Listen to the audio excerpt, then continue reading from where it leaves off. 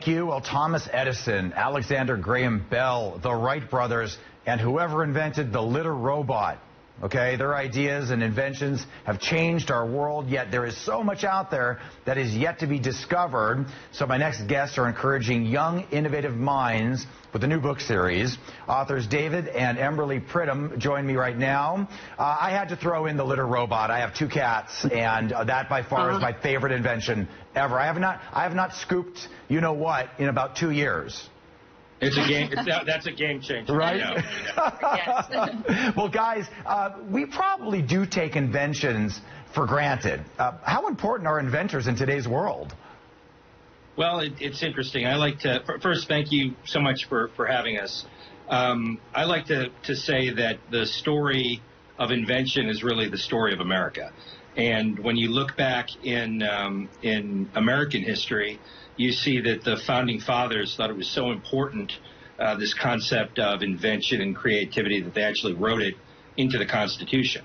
And so throughout our history, as you see the American economy grow, it's really all predicated on new and innovative inventions. And so when you go from the cotton gin to the early steamboats to the telephone and Alexander Graham Bell, and then all the way through to Steve Jobs and the personal computer and the iPhone, every blip along the way is tied to an invention. So it's incredibly important, and it's the American story. And now, how do you interact with inventors nowadays?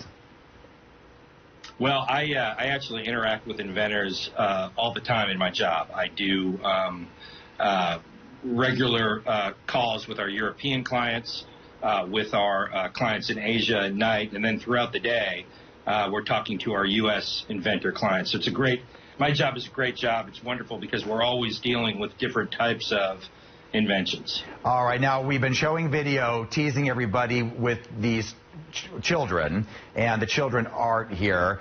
So why have you decided to reach out to children, and why is your book series such a great gift for children? Yeah, so with COVID, kids truly need lessons that engage them, that exercise their creativity and give them purpose, especially during these stressful times.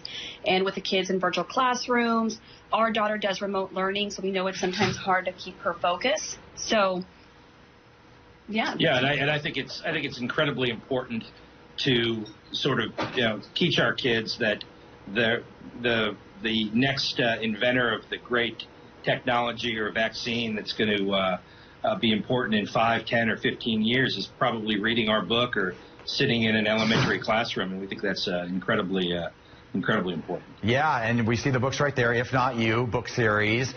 So what is the core message to the children in those books?